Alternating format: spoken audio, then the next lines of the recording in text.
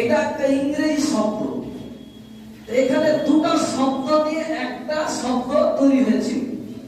একটার নাম হচ্ছে অটো, আর একটার নাম হচ্ছে ফ্যাগি। তো গ্রিক শব্দ থেকে উৎপন্ন। যারা এখানে হয়তো যারা ইংরেজি ভালো বোঝেন তারা ভালো করে জানেন যে ইংরেজি পড়াশোনা করতে গিয়ে অনেক সংখ্যক শব্দ দেখবেন যেগুলো শব্দ ল্যাটিন থেকে এসেছে, যেগুলো শব্দ কতগুলো শব্দ গ্রিক থেকে এসেছে। এরকম ভাবে বিভিন্ন জায়গা থেকে উৎপত্তি হয়, উৎপত্তিকরণ শব্দ। এই যে শব্দটা বললাম তার নাম হচ্ছে অটোফ্যাগি। অটোফ্যাগি তিনি 2016 সালে আবিষ্কার করলেন এবং নোবেল প্রাইজ পেলেন, জাপানের সে বিজ্ঞানী। অটোফ্যাগি কি? What is the meaning of autophagy? অটোফ্যাগির মানেটা একটু জানতে হবে।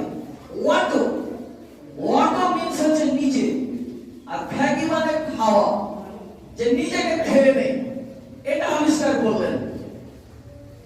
এটা দিয়ে আমরা বুঝতে পারলাম না, একটু বিশ্লেষণ দরকার, এর ইনার মিনিং দরকার, এর এক্সপ্লেনেশন দরকার। আমরা সেদিকে যাবো না। তো অটোফ্যাগি আবিষ্কার করলেন, দেখলেন যে অটোফ্যাগির এই আইনটি আবিষ্কার করার ফলে দেখা গেল আমাদের শরীরে যে সেলস রয়েছে, যাকে বাংলায় কোষ বলা হয়, যারা এখানে লাইফ সায়েন্স ভালো বোঝেন নিশ্চয়ই তারা বুঝতে পারছেন বিষয়টি। তো আল্লাহ সুবহানাহু ওয়া তাআলা এই যে রোজার বিধান, এটা আমাদের জন্য কতটা বেনিফিটস। অথচ অনেকেই বলে যে রোজা করে না বাবা, এইচএস পরীক্ষা, তুমি রোজা করবে? আজকে এইচএস পরীক্ষা আছে, কিন্তু